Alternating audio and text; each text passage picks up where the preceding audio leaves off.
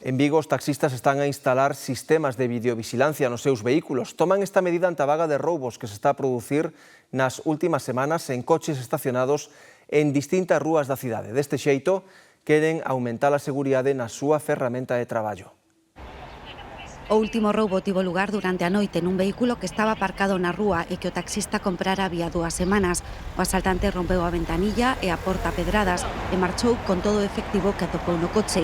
Ante esta vaga de roubos, o sector toma medidas. Os compañeiros están pondo medios tecnolóxicos para a grabación de imaxes dentro do vehículo na parte dianteira. Parte dianteira cara a tema de seguros e accidentes, que é un problema grave que temos por outro lado, e interior precisamente para isto, para tanto situacións conflictivas con pasaxeiros na noite ou para tema de peligro, como nese caso, dispor de un soporte para axuda das autoridades a solucionar antes os temas.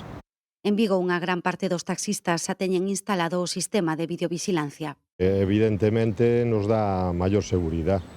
Es unha medida disuasoria e yo pienso que incluso debería estar subvencionada y obligarnos a ponerlos todos.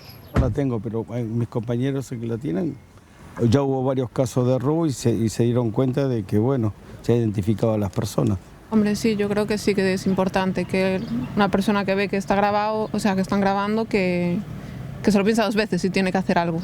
Creen que a medida é moi necesaria para aumentar a súa seguridade e a do seu vehículo. Ten un efecto disuasorio cara, entendo eu, os comportamentos, vamos a decir, anómalos, entendemos que funciona así, tamén cara aos temas de diario e o ter un soporte de imaxes dalle máis tranquilidade ao compañeiro no seu traballo e, evidentemente, en caso de perigo.